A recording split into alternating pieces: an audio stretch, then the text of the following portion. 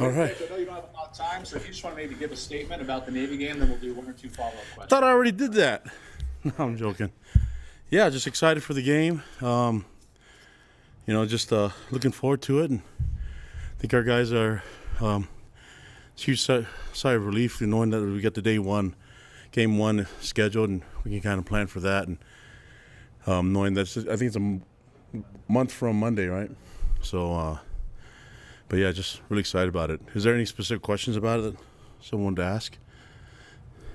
Let's go, Jared and Norma. I thought I was cleared from seeing you guys again, but we'll take requests because I like Brett so much. I was willing to come back.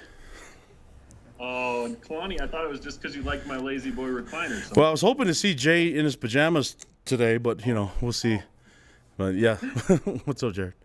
I was going to ask about just how cool it is to have a matchup with Ken and your ties from Laie. He talked about it yesterday. Both having your Hawaiian heritage and being able to match up against a friend and play him in the first game like this. Yeah, we're really excited about the game. I mean, I think that I'm trying to keep it focused on the players, but it is a cool thing that I've known Ken for a long time, and so our family's connected. We're connected through Laie, and so just makes me think about all the days of growing up. That's where I first learned how to play football and in Laie Park. So basketball, all those things that I learned from in that area, and so it's just cool that I think Ken said if you go out there and you see it. It'll be surprising, but I don't know if it's that surprising if you go there now. There's probably a pickup football game, tackle football with no pads on. That's kind of what happens in that area. You just know that football's part of your life, and so it's really cool to be involved with and be coaching. And being honest, just the opportunities that we've had, it just really gives you a lot of. I mentioned gratitude last time I spoke to you guys, but it's the same thing. Just thankful that the opportunities that we've been given in our lives to be here and live in this wonderful country and to. We're going to be out in the East Coast playing the football game, and we're far away from home. So it's really cool that we have these opportunities and the freedoms and the things to do to improve our lives. And just thankful for my family and everyone that gives us that opportunity, specifically the people in the military and the sacrifices they make.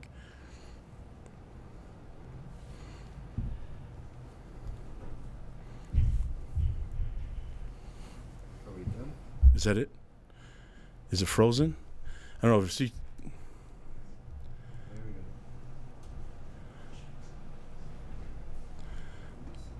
Was that it? Just that one question? Well, I was going to be next. Oh. I was going to ask, so I said anyone else can take my question. I'm back on. Back. You got time for maybe one more. Is that right, Coach? Is that all right? Yeah. Hey, I have time for whatever you guys need me to do. I'm good. Let's go Jake and Mitch. They were up. They had their hands up, so. Yeah, Kalani, I wanted to ask you, in terms of getting this game scheduled, when we talked with Coach Niumatalolo yesterday, he said that this was something he suggested to their AD, and he said he heard back in a couple of hours that the deal was done. Is that the same kind of timeline that you remember it going down as? Yeah, it was quick. I just I think Tom just called and said, "Hey, Navy," and I said, "Great." When? And he said September 7th.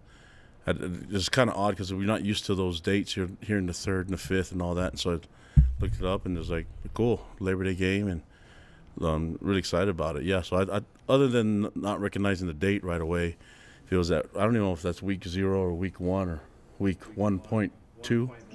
Yeah, yeah. So it was just like, I think just really cool. It wasn't really much of a discussion because I think I just told Tom I trust him, and a lot of excitement from the team. Once that was announced, once we knew, we let the team know as soon as we did, and try to keep it quiet for 30 minutes. And I think we did it. So it's a good victory for us. Real quick from me, Kalani. What was your first knowledge, how far back the relationship with Ken goes? Like, when did you first get to know him? Well, when you grow up in Laie, that's you know all the legends that have come through. So whether they're playing at Radford or Kahuku or St. Louis or Kamehameha, you know who the players are in the area. We're just from the same town, and it's a small town. You know everybody. You know family members, and he's older than I am, right? But I look to him like an older brother, a mentor, and he and I have remained close throughout our whole coaching careers. And I keep in contact with him regularly, so we were able to share some ideas. He's doing a great job in church leadership there, and he's got a lot of years under his belt as a head coach, and so I think it's a good move for me to try to pick his brain a lot in different things, whether it's talking about culture or just life as a head coach in general, and for your staff, and providing an environment for them to feel comfortable and safe and feel like they can do their best. And so I've talked to him quite a bit. I've been really impressed with the things that he's done, but he's just an all-around great person, and it's just been an honor for me to be connected with him that way. When I was at Utah, we'd played Navy a couple times, and he was on staff there. I think he was a head coach one of those Poinsettia Bowl games that we played against them. So we've always been connected. He's always been humble and showed a lot of class, and it was really cool to see him be the same way as a head coach and be a really good example to all us coaches out there, especially those that are Polynesian descent. Thanks, Kalani. Let's go Dick and Greg, and then we'll let Coach go. Lonnie, the option is such a challenging thing to prepare for. Would you prefer to do it in an opener like this, or maybe have it down the line? Well, I don't think we were in a position to really be picky, earlier. So I think for me it was just wherever it lined up at. I think we're willing to play whenever. So if this is game one, so I think it works out the way we have to adjust our camp schedule and when to prep for it, because you'd like to get an early jump start on it, but you also want to establish a good foundation for the things that you can get done defensive-wise and have some battles, the scrimmages that we're going to see in the next couple of weeks. And so it's just a matter of timing and how much work do we want to get at it. And then just trying to work the discipline part of it. I mean, they stretch the field and they make you honor all the different options that can be a ball carrier or potential receiver, including the quarterback, which is a very dangerous thing to deal with. And so we had a lot of experience in the past seeing it and defending it, especially with our connection with Air Force in the area. And I was at Utah when we played Georgia Tech in the Sun Bowl. Paul Johnson was the head coach there.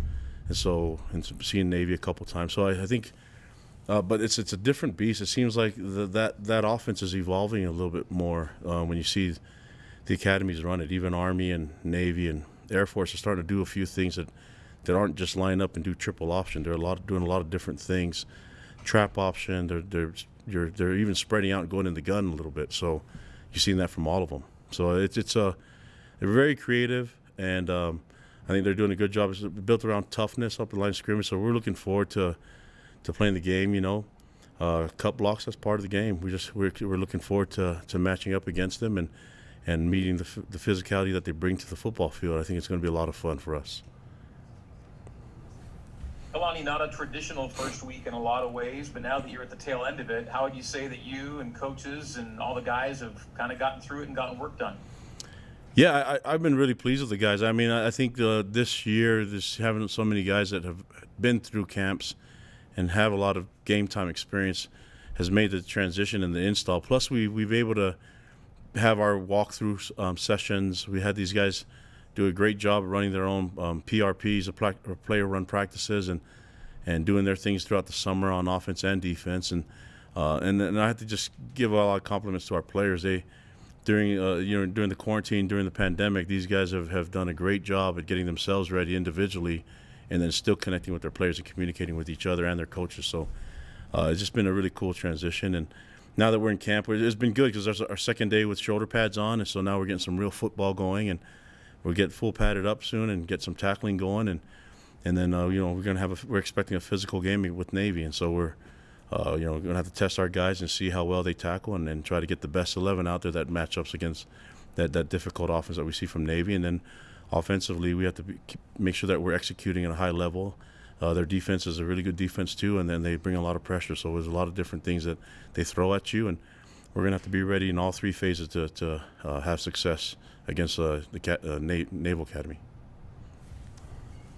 Okay, Coach, thanks for taking the time. All right, guys, thank you. Busy day for you, but thank you. Appreciate it, guys.